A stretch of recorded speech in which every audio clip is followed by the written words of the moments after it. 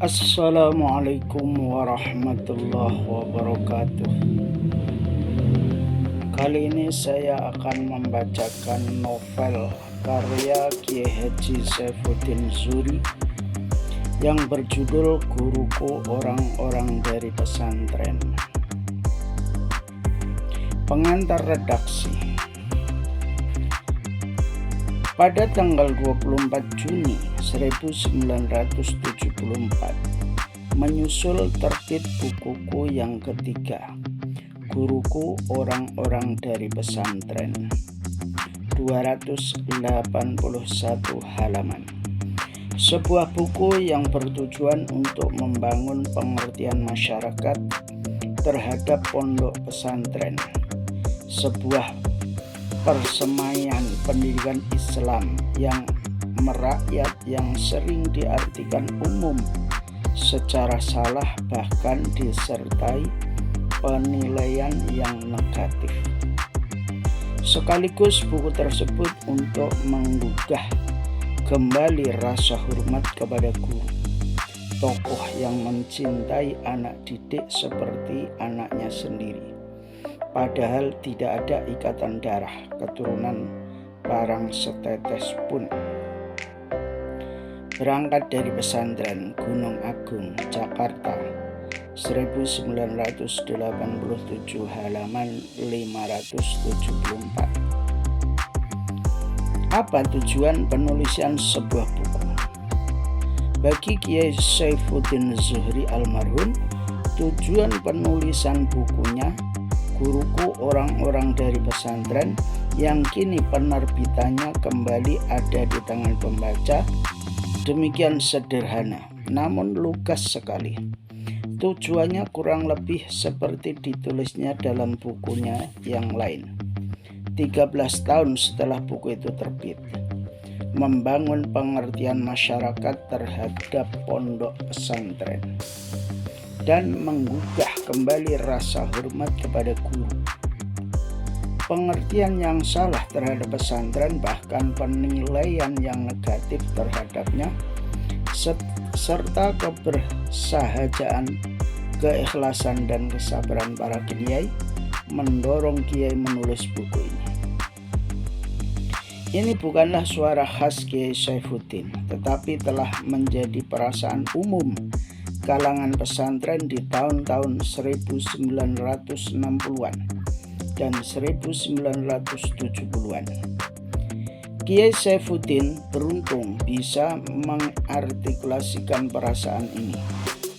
Tahun-tahun itu, seperti kita tahu, dunia pesantren sering dipandang sebagai sarang kejumudan dan keterbelakangan. Ia dianggap tidak memiliki peran dalam membangun nasionalisme, merebut kemerdekaan, dan kemudian mengisi kemerdekaan itu dengan nation building. Pesantren tak memiliki inovasi dan kreativitas. Bias modernisme telah menyudutkan subkultur pesantren di bagian pojok dari ruang masyarakat bangsa.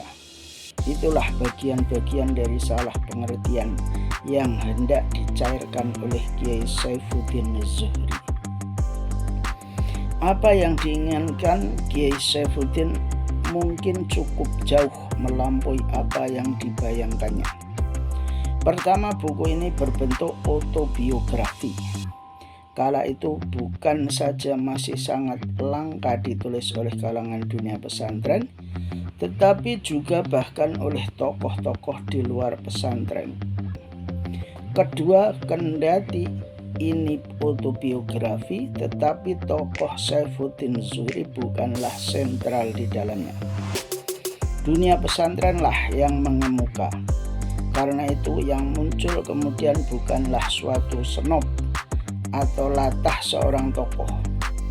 Gejala yang kerap muncul dalam biografi atau autobiografi, tapi mozaik dan pernik dunia pesantren yang sering diartikan umum secara salah, bahkan disertai penilaian yang negatif itu. Melalui karya inilah masyarakat luar tahu tentang peranan pesantren dalam merebut dan mempertahankan kemerdekaan, mengembangkan nasionalisme, dan membentuk karakter bangsa. Ketiga, dengan mosaik dan pernik dunia pesantren yang dilukiskannya secara hidup, dan dalam buku ini mengisi kekosongan karya-karya ilmiah mengenai dunia pesantren saat ini. Dengan bahasanya yang sederhana, mengalir, dan terkesan polos, buku ini memaparkan pandangan hidup para kiai dan santri, liku-liku kehidupan sehari-hari pesantren, hubungan pesantren dengan kesenian, kisah-kisah muda-mudi pesantren, dan tak terkecuali sense of humor pesantren yang demikian kaya itu. Sekarang ini telah banyak karya-karya ilmiah mengenai dunia pesantren, baik yang setingkat skripsi, tesis maupun disertasi, atau penelitian lepas dan reportase jurnalistik. Kendati demikian, buku ini tetap mempunyai tempatnya sendiri, terutama pada nilai historis dan etnografis dari folklore dunia pesantren yang ditampilkannya. Meskipun sebagian besar cerita ini sekarang mungkin hanya ada dalam masa lalu dan ingatan warga pesantren, pesantren jelas sekarang telah jauh berubah, seperti keadaan yang juga telah jauh bergeser. Inilah kurang lebih beberapa alasan kami menghadirkan kembali karya autobiografis Kiai Saifuddin Zuhri, tokoh pesantren, pejuang, politisi, kolumnis, dan mantan jurnalis, yang terbit semula pada tahun 1974. Kami tetap menjaga bahasa tutur kiai yang sederhana, polos, dan bersahaya, serta dengan sedikit selang-seling istilah Arab dan Belanda. Bahasanya adalah wakil dari gaya bertutur tokoh di zamannya. Perubahan, kalaupun ada, lebih pada penyesuaian yang berkaitan dengan ejaan.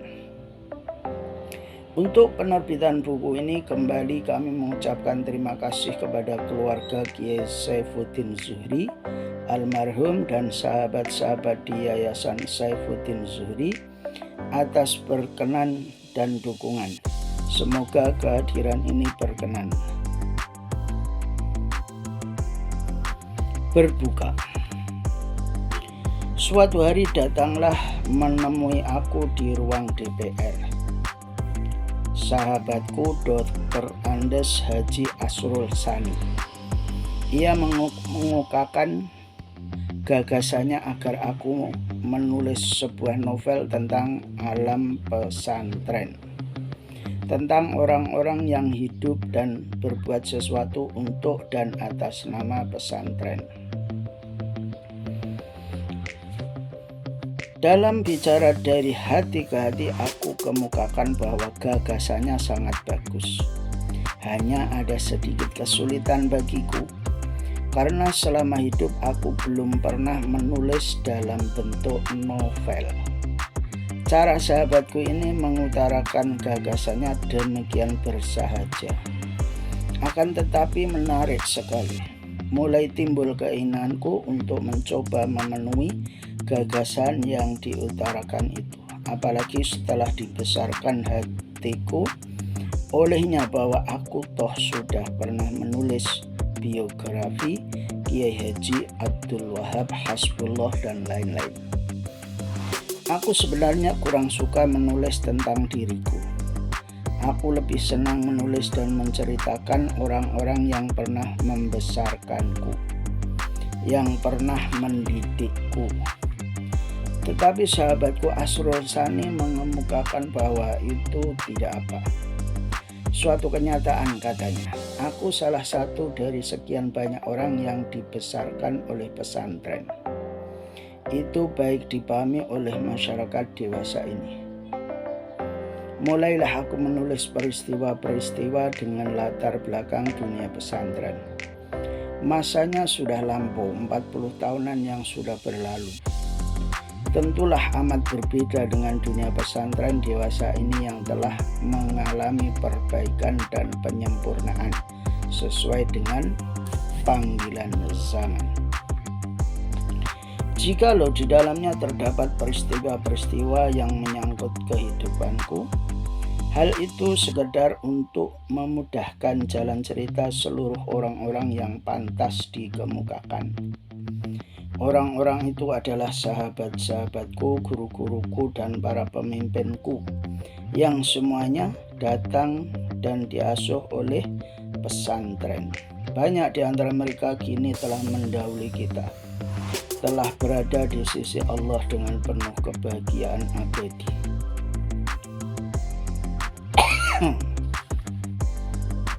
Mereka adalah orang-orang yang telah banyak berbuat untuk bangsanya, untuk tanah airnya, dan untuk negaranya dengan bekal-bekal yang mereka peroleh dari pesantren. Dan mereka berbicara kepada bangsanya, kepada negaranya, ya bahkan kepada lawan dan musuh sekalipun dengan memakai bahasa pesantren dalam tanda kutip. Namun hal-hal yang dikatakan adalah hal-hal yang wajar, yang juga dikatakan oleh golongan lain di luar pesantren yang mencita-citakan hal yang sebenarnya sama, hanya berbeda bahasanya. Orang-orang dari pesantren itu adalah warga masyarakat kita. Mereka seperti juga yang lain-lain telah berbuat sesuatu untuk bangsanya, untuk tanah airnya. Mereka bukanlah golongan manusia yang mengasingkan dirinya, karena pesantren bukanlah suatu benteng tertutup. Harapanku semoga siapa saja yang membaca buku ini akan menemukan suatu kesimpulan bahwa orang-orang dari pesantren adalah kita-kita juga. Jika saja seolah-olah ada tabir pemisah, barangkali sebabnya karena masing-masing disibukkan oleh dunianya sendiri, hingga terlengah untuk saling memahami. Semoga buku ini merupakan salah satu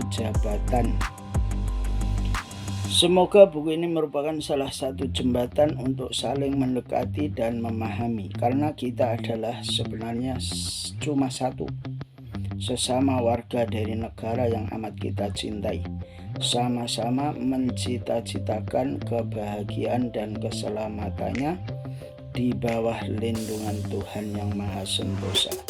Jakarta, 24 Juni 1974, Saifuddin Zuhri.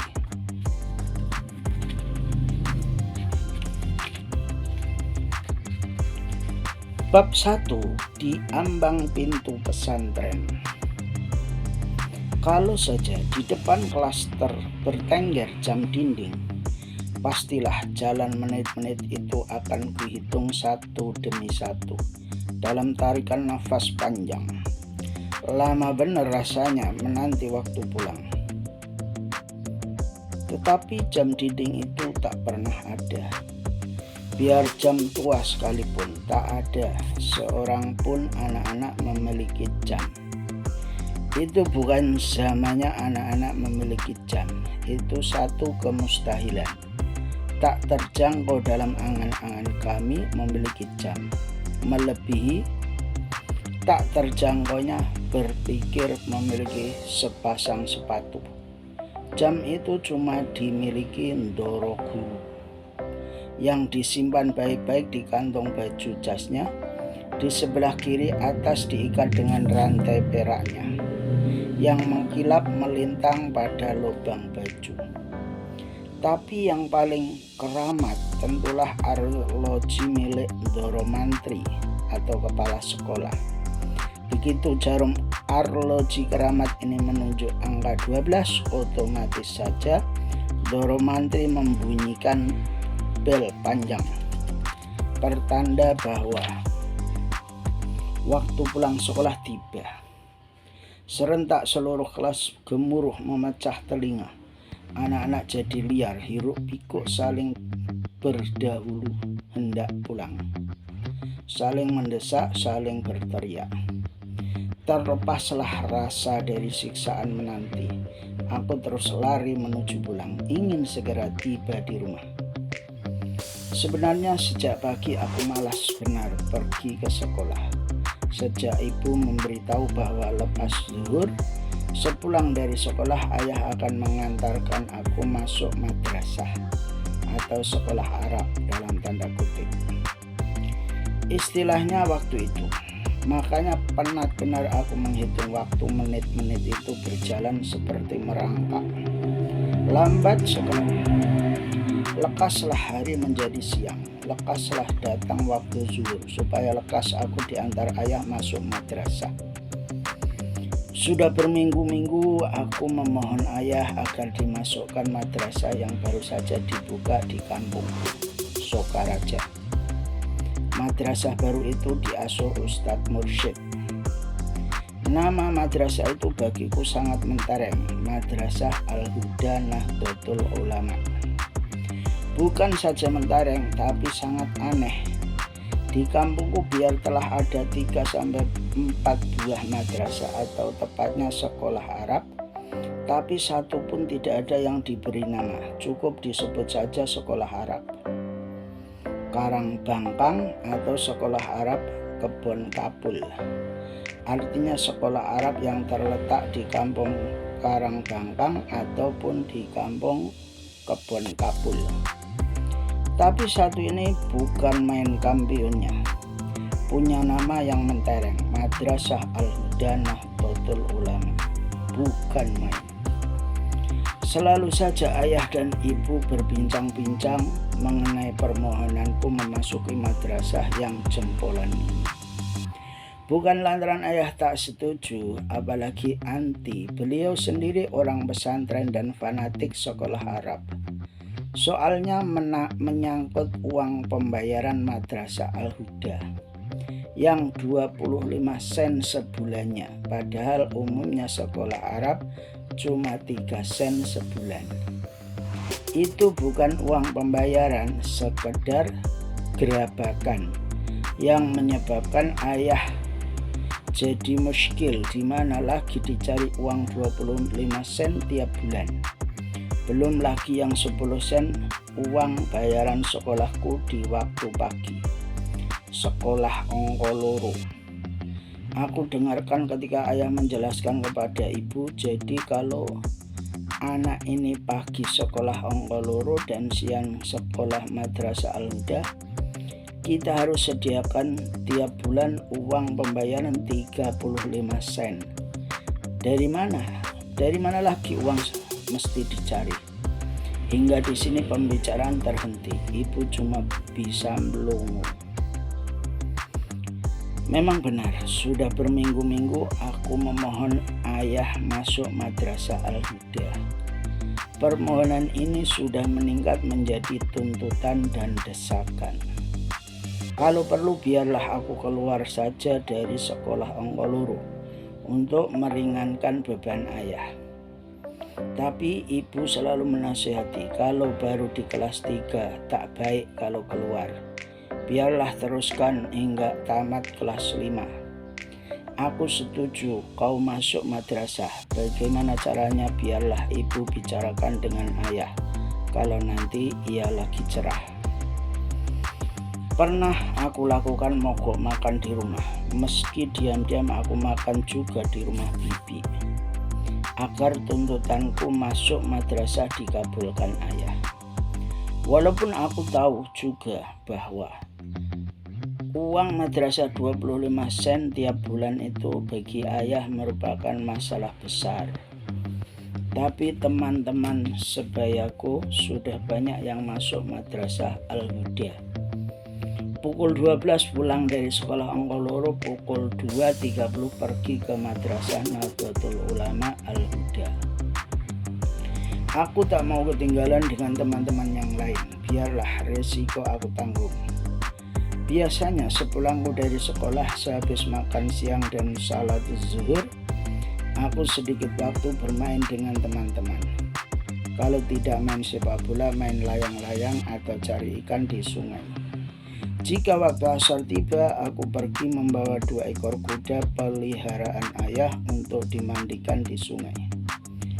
Habis ini memotong-motong rumput dan rendeng buat makanan kuda.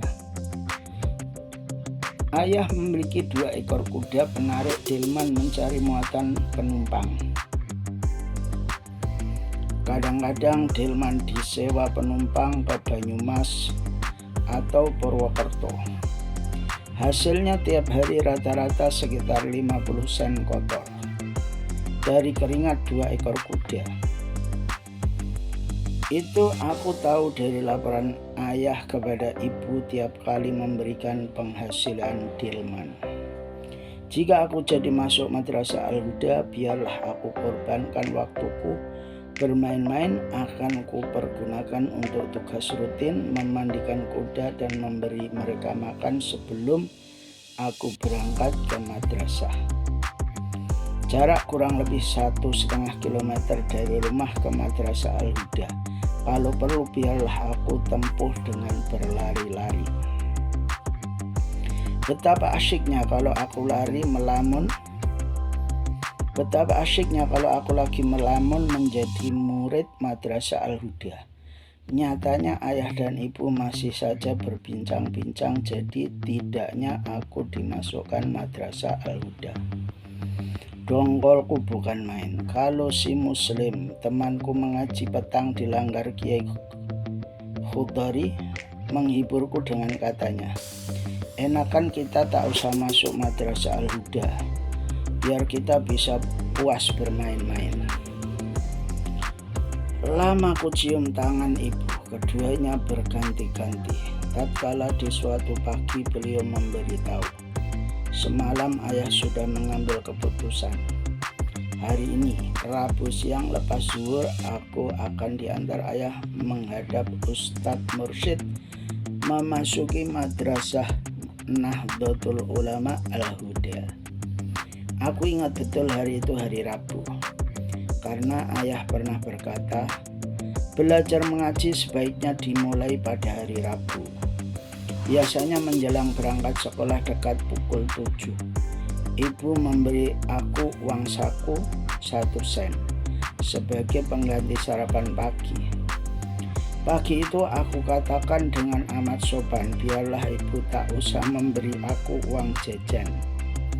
Seolah-olah merupakan imbalan kelembutan hati ibu yang berhasil menaklukkan hati ayah. Mau aku tak mau, usah masuk. Mau aku tak usah masuk sekolah sehari saja untuk membantu-bantu ibu di rumah, atau disuruh apa saja sebagai imbalan jasa ibu yang telah berhasil melunakkan hati ayah. Tapi ibu menyuruhku berangkat saja ke sekolah. Toh waktu ke Madrasah Al-Huda masih cukup lama lepas pulang dari sekolah. Nama Madrasah Al-Huda dan pemimpinnya Ustadz Mursyid amatlah kuat terkesan di hatiku. Al-Huda artinya petunjuk Allah. Siapa tidak menggandrungi ini? Semua orang memerlukan petunjuk jalan. Siapa saja. Dari tukang becak sampai antariksawan, dari wong cilik sampai bapak-bapak pemimpin. Dan kalau memperoleh petunjuk Allah, mana bisa sesat jalan.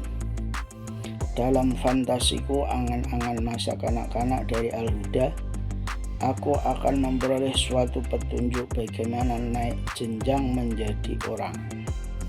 Aku tak pernah berkhayal menjadi orang besar.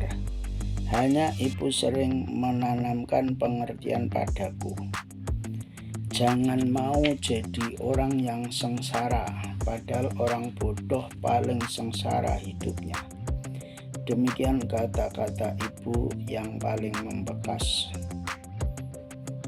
Sejak lama secara diam-diam aku jatuh simpati kepada Ustadz Mursyid. Hati ini sudah jadi satu dengan beliau, walaupun aku belum menjadi muridnya. Kenal pun belum. Kenal pun padaku beliau sama sekali tidak. Aku mencintainya bahkan mengaguminya. Belum pernah rasanya aku melihat seorang lelaki segagah beliau. Beliau mempunyai kegemaran sport jalan kaki. Langkah kakinya pasti kuat dan tetap menambah kejelasan tubuhnya yang atletis. Kulitnya kuning langsat, menambah pancaran wajahnya yang cerah dan segar. Suatu kombinasi yang harmonis dari profil seorang pria yang ganteng dan gagah. Sesekali beliau lewat di muka rumahku dengan mengayuh sepeda balap Himma, sambil menganggukkan kepala membalas orang-orang yang menapik kepala beliau. Alangkah laki-lakinya orang ini. Aku memperoleh banyak informasi tentang tokoh yang aku kagumi ini. Begini ceritanya. Di sebelah rumahku ada warung tukang gunting rambut namanya Abdul Basir. Seperti lazimnya kota-kota kecil di mana-mana, tempat tukang gunting rambut selamanya menjadi markas tukang-tukang ngobrol dari segala macam lapisan. Orang senang parkir di sana berjam-jam mengobrol dan mendengarkan obrolan, saling tukar-menukar informasi. Banyak juga berserakan koran-koran basi dan majalah-majalah. Ada di sana Harian Pemandangan, Pimpinan M. Tobroni, ada pula Melayu Tionghoa, Sinpo, dan Matahari. Jangan kaget, ada juga harian politik yang radikal. Tentu membacanya sembunyi-sembunyi, namanya Indonesia Berjuang. Entah siapa pengasuhnya, tak ingat lagi. Majalah tua pun tak kurang-kurangnya berserakan di bangku bambu panjang. Ada majalah Islam Populer, Panji Islam, pimpinan Z.A. Ahmad dari Medan. Ada juga majalah politik Mustika. Seingatku Aswan Hos Cokro Aminoto. Tapi ada juga sebuah majalah yang sudah kumal dan tak karuan lagi lembarannya, yang paling digemari tukang-tukang parkir itu. Namanya Pikiran Rakyat, dari Bandung. Seingatku majalah yang belakangan ini Aswan Insinyur Soekarno dan Gatot Mangkoepradjo, aku masih ingat betul. Tiap orang yang akan menyentuhnya lebih dulu menjenguk keluar jendela sambil menanyakan, ada polisi lewat apa tidak? Pemandangan di sekeliling tukang gunting rambut itu masih kuingat betul. Karena saban kali aku suka menyelinap di sana sebagai bocah yang turut parkir. Aku senang sekali berjam-jam menyelinap di sana. Tentu saja kalau pekerjaanku memberi makan kuda, ayah, dan membersihkan kandangnya telah aku rampungkan. Suasana di sekeliling tukang gunting rambut sekitar tahun 1929-an itu masih segar dalam ingatanku. Bahkan orang-orang yang jadi langgananku parkir di sana masih kuingat betul. Abdul Fatah, guru sekolah Arab yang pandai menggesek biola, pemegang peran utama kalau lagi main gambus atau sujai, pemain rodat, dan tukang penatu yang paling banyak omong politik, Ahmad Syuhada, pemain sepak bola, bek dalam, pengagum Kiai Abdul Wahab Hasbullah, Muhammad Ahsan, tukang gunting rambut keliling yang juga suka parkir di sana. Ia pendebat yang kritis dan jenaka. Kalau kelompok tukang-tukang ngobrol ini sudah berkumpul, biasanya Abdul Basir, Sohibul Bait, menjadi moderatornya. Ia bijak dan banyak senyum, pantas pandai mengomong. Dari orang-orang ini aku banyak belajar, dan dari mereka pula aku memperoleh informasi tentang Ustadz Mursyid. Mulai pertama, orang di kampungku cuma mengenal namanya Mas Mursyid, pemuda tampan dari Solo yang diambil menantu seorang hartawan saudagar batik di kampungku. Orang cuma mengenalnya sebagai pemain sepak bola yang hebat. Dalam tiap pertandingan klub mana saja Mas Mursyid berada, hampir bisa dipastikan mesti menang. Permainannya sportif, tenang, dan tangguh. Tempatnya hampir selamanya dipasang sebagai gelandang tengah, menjaga benteng di belakang dan membagi bola kepada penyerang. Jika gawang bisa diselamatkan dari serangan musuh adalah berkat ketangguhan Mas Mursyid, si palang pintu. Sebaliknya, kalau saja bisa mencetak gol, ini disebabkan karena operan yang diberikan Mas ini.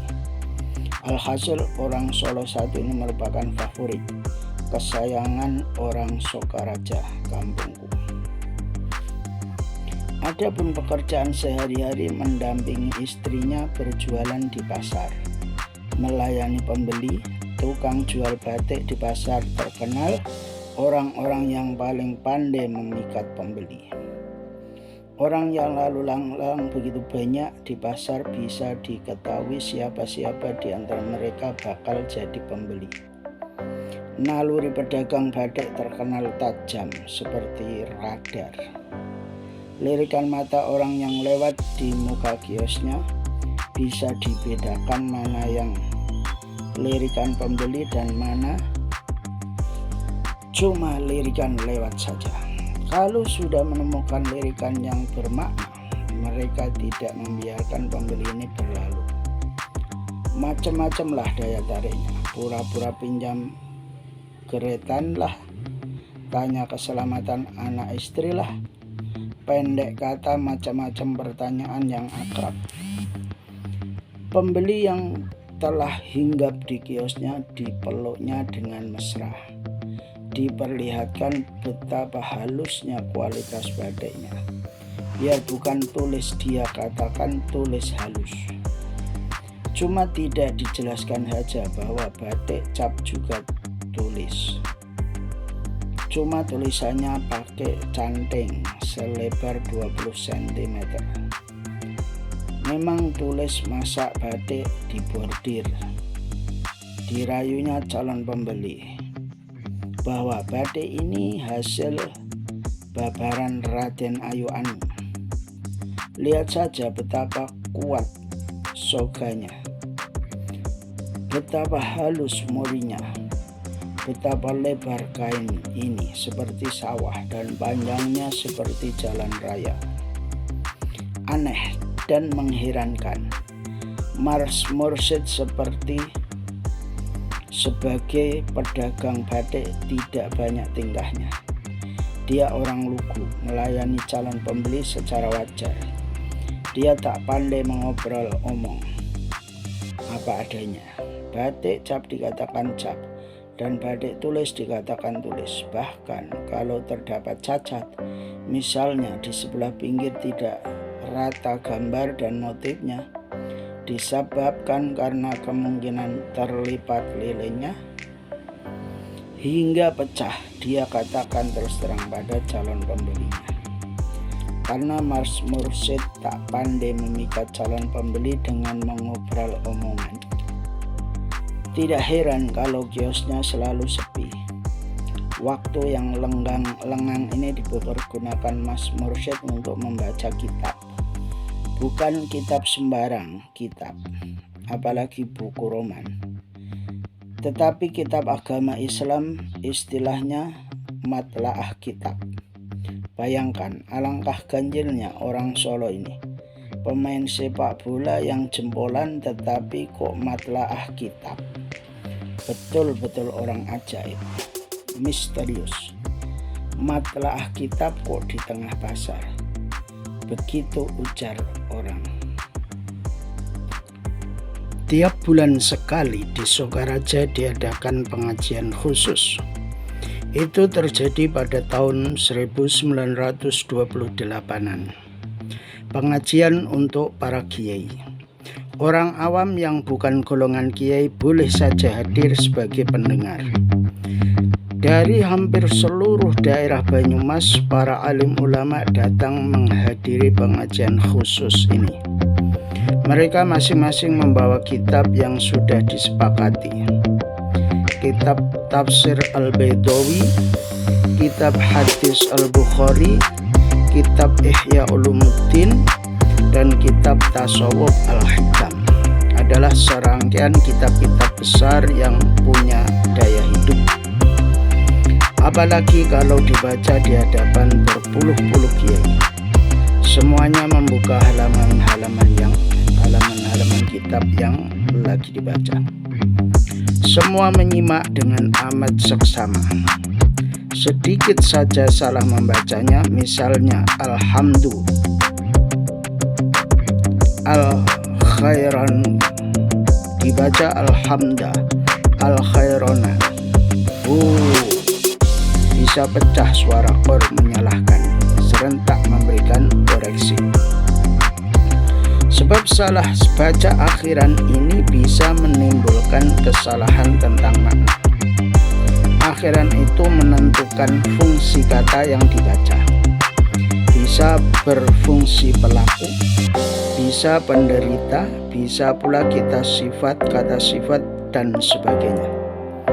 Salah arti ini bisa menimbulkan konklusi yang fatal tentu saja.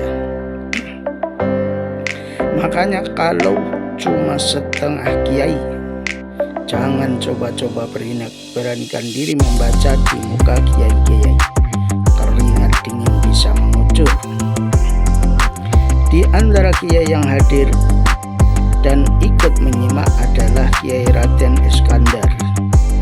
Jenggotnya yang lebat hitam mengkilat dipeliharanya dengan baik. Dengan baju jas tutup berwarna putih bersih menambah jernih wajahnya yang dihiasi goresan hitam di keningnya. Pertanda orang ini mempunyai bekas banyak sembahyang. Atharus sujud. Pecinya yang hitam selalu dilekuk bagian depan sedikit ke bawah. Model peci Hos Cokro Aminoto. Menambah wibawa. Ini kiai paling teliti menyimak. Kalau saja terdengar salah baca, kontan beliau koreksi. Tidak cukup hanya menunjukkan di mana letak kesalahan bacanya, tetapi beliau akan jelaskan sedikit panjang letak kesalahan tadi. Ini kiai lain. Ada kiai lain namanya Kiai Ahmad Bunyamin. Orangnya tenang sekali. Wajahnya kehitam-hitaman tetapi sangat bersih dengan tanda atharus sujud di keningnya pula. Kegemarannya memakai jas tutup warna putih dengan leher tinggi, berkain batik halus. Beliau menyimak tiap kitab suci yang sedang dibaca sambil menunduk seolah-olah menelusuri huruf demi huruf. Selalu menunduk dalam menyimak. Tapi jika saja beliau menegakkan kepala, orang menjadi paham bahwa ada sesuatu kesalahan telah terjadi. Seperti otomatis saja, tiap kali Kiai Ahmad Bunyamin menegakkan kepalanya, suasana hening menjadi terganggu dengan timbulnya sedikit berisik. Dengan demikian, kiai yang sedang membaca kitab jadi sadar bahwa terjadi sesuatu kesalahan. Salah lagi kiai yang berubah. Satu lagi kiai yang bertubuh kecil, duduknya paling depan, namanya Kiai Zuhdi. Ini orang terkenal sebagai kiai paling radikal. Kalau saja terjadi kesalahan baca, kontan saja beliau teriak nyaring, stop. Kalau mental tidak kuat-kuat benar, orang bisa jadi kelabakan dibuatnya. Dengan demikian tidaklah mudah mencari seorang kiai yang dipandang paling jempolan di antara mereka. Harus yang paling alim, benar-benar telah teruji kedalaman serta keluasan ilmunya. Dan tentu saja dengan sendirinya yang paling berwibawa. Terpilihlah pada suatu hari dari antara 70-an orang kiai pengunjung pengajian khusus ini seorang ulama yang tua segala-galanya, yakni Kiai Haji Ahmad Syatibi. Beliaulah sesepuh ulama. Beliau terpilih sebagai guru dalam pengajian khusus itu yang dibebani membaca tafsir Baidawi, hadis Al-Bukhari, dan Al-Hikam. Bukan sembarang kitab bacaan biasa, itu tergolong kitab-kitab raksasa. Mula-mula Kiai Syatibi menolak dengan gigih. Alasannya cuma la kula mboten saged, saya tidak bisa. Lama sekali tawar-menawar, tetapi karena didaulat secara aklamasi, beliau lalu terima. Hanya dengan syaratnya ialah minta didampingi oleh 4 orang kiai. Masing-masing kiai Raden Iskandar, Kiai Ahmad bin Yamin, Kiai Zuhdi, dan Kiai Mursyid alias Ustadz Mursyid alias Mas Mursyid. Orang heran Mas Mursyid menjadi pendamping Kiai Ahmad Syatibi. Kehadirannya dalam pengajian khusus ini sudah menimbulkan keheranan.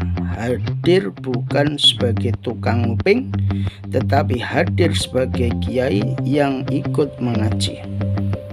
Datang dengan membawa kitab-kitab besar yang menjadi balah dalam pengajian kiai itu. Duduk dalam deretan kiai-kiai terkemuka di depan. Baru belakangan diketahui bahwa kehadirannya memang diminta oleh Kiai Ahmad Syatibi. Agaknya di seluruh daerah Banyumas hanya Kiai Ahmad Syatibi yang mengetahui bahwa Mas Mursyid adalah sebenarnya seorang ulama. La ya'rifil ulama illal ulama. Tak ada yang mengerti ulama kecuali hanya ulama. Jadi tidak mengherankan kalau banyak orang bertanya-tanya kehadiran Mas Mursyid, apalagi dengan ditunjuknya sebagai pendamping Kiai Ahmad Syatibi. Yang paling heran tentulah klub tukang gunting rambut Abdul Basir. Suatu ketika yang tak mudah dilupakan pada saat Kiai Ahmad Syatibi membaca dalam pengajian khusus sebulan sekali.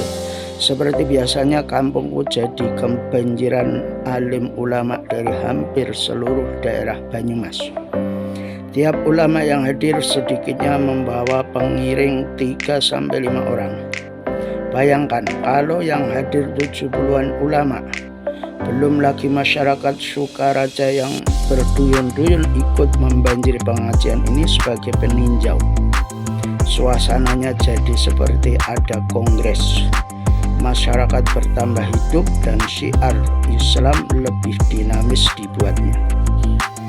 Dengan beberapa teman aku menyelinap di sana.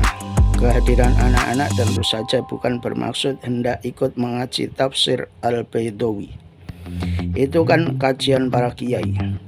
Kami datang sekedar mau menonton kiai-kiai pada ngaji. Daya tangkapku tentang pengajian sekedar daya tangkap anak-anak usia 9 tahun. Tetapi setelah aku menginjak dewasa, pengalamanku ketika anak-anak ini lalu diperlengkapi dengan hasil pertumbuhan usia dan informasi kiri kanan tentang dunia ulama, hingga akhirnya aku bisa membuat kesimpulan tentang tokoh-tokoh yang aku kagumi, khususnya tentang Ustadz Mursyid. Kadang-kadang dalam pengajian khusus itu Kiai Ahmad Syatibi menjumpai kemuskilan tentang isi kitab yang sedang dibaca. Saat-saat demikian beliau lalu bertekun sejenak. Pandangannya ditaburkan kepada 4 orang kiai pendampingnya. Tapi pandangan pertama tak jarang ditujukan kepada Ustadz Mursyid sambil menanyakan, bagaimana yang ini Kiai? Atau kalau saja kebetulan terjadi sedikit keraguan dalam mengartikan isi kitab yang dibacanya, Kiai Ahmad Syatibi memalingkan pandangannya kepada Ustadz Mursyid sambil katanya, bukan begitu Kiai. Yang ditanya tegas saja jawabannya, inggih leres mekaten. Memang benar demikian. Saat demikian sering membuat orang yang cuma mengenal Ustadz Mursyid sebagai pemain bola jadi melongo, saling memandang satu sama lain. Apa-apaan ini? Pukul 12 zuhur pengajian selesai. Minuman dihidangkan. Masing-masing kiai cepat-cepat mengeluarkan selepen dari kantong bajunya. Selepen itu sejenis kantong penyimpan tembakau yang dibuat dari anyaman daun pandan halus dengan ukuran rata-rata 15 kali 10 cm. Di dalamnya disimpan kecuali tembakau, daun jagung kering, dan lain-lain perlengkapan merokok komplit. Jangan lupa, rokok orang Banyumas tentu pakai kemenyan dan kelembak. Buat rata-rata orang Banyumas, tanpa kemenyan dan kelembak bukan rokok. Kiai Raden Iskandar dan Kiai Ahmad Bunyamin masing-masing mengeluarkan selepennya komplit dengan kelembaknya sebesar tinju, maklum bonggol kelembak. Kiai Ahmad Syatibi biasanya melinting rokoknya ukuran cabai rawit saja. Tapi Kiai Zuhdi ukuran rokoknya sebesar ibu jari. Kalau ditegur orang, rokoknya kok gede amat Kiai? Maka Kiai yang satu ini orangnya kecil tapi suaranya menggeledak, spontan menjawab, buat pukul setan. Ustadz Mursyid juga keluarkan selepennya dari kantong bajunya. Orang mengira tentu beliau akan keluarkan telegem, yaitu sejenis tempat tembakau berupa kotak kecil, biasanya terbuat dari logam putih. Suatu kebiasaan golongan priayi jika menyimpan perlengkapan rokoknya. Tetapi tidak, Ustadz Mursyid tidak menggunakan telegem. Padahal orang Sokaraja dan Banyumas pada umumnya memandang Ustadz ini golongan priayi. Habis beliau kan orang Solo, Ustadz Mursyid tidak mengeluarkan telegem. Beliau keluarkan juga selepennya seperti orang-orang lain. Biasanya golongan priayi atau cabang atas merokok tembakau syak warning, atau kalau tembakau biasa dipakai kemenyan dan kelembak, tetapi cengkeh. Di dalam telegem itu tersimpan juga gunting kecil, mungil, alat untuk memotong cengkeh kecil-kecil. Ustadz Mursyid tidak merokok tembakau warning, tapi tembakau biasa, tembakau kendal atau kedu. Tidak juga cengkeh, tetapi kemenyan dan kelembak komplit. Salah seorang memberanikan diri menanyakan, kersok kelembak menyan? Doyan juga kemblak dan kemenyan? Dengan senyum beliau menjawab, Pulorak tiang Banyumas. Saya kan orang Banyumas juga. Beliau tidak lagi merasa dirinya orang Solo. Beliau bukan orang asing di Banyumas. Beliau telah jadi orang Banyumas, telah menunggal sebagai orang Banyumas. Orang Banyumas merokok kelembak, beliau juga merokok kelembak. Padahal orang-orang yang mengenalnya dari dekat ketika mula-mula beliau datang dari Solo, kebiasaannya merokok cengkeh dan sekali merokok putih atau tembakau syak warni. Setelah tinggal di Banyumas, beliau berbaur ke dalam kebudayaan Banyumas, hidup dengan tradisi Banyumas. Kadang-kadang agak berlebihan kalau beliau bicara, juga memakai dialek Banyumasan. padahal orang Solo bahasa Jawanya handek, halus dan mempesona. Sebaliknya dialek Jawa Banyumas pego dan kasar, paling berpeluk. Kalau orang Solo bilang kowe arep nyang ngendi Mas, maka orang Banyumas akan mengatakan lari kasih arep nang ngendi lah. Makanya kalau orang Ustadz Mursyid berusaha untuk berbicara dengan dialek Banyumasan, orang jadi melihatnya sangat memelas. Sudah halus kok mau jadi orang kasar. Saking kepinginnya manunggal jadi orang Banyumas.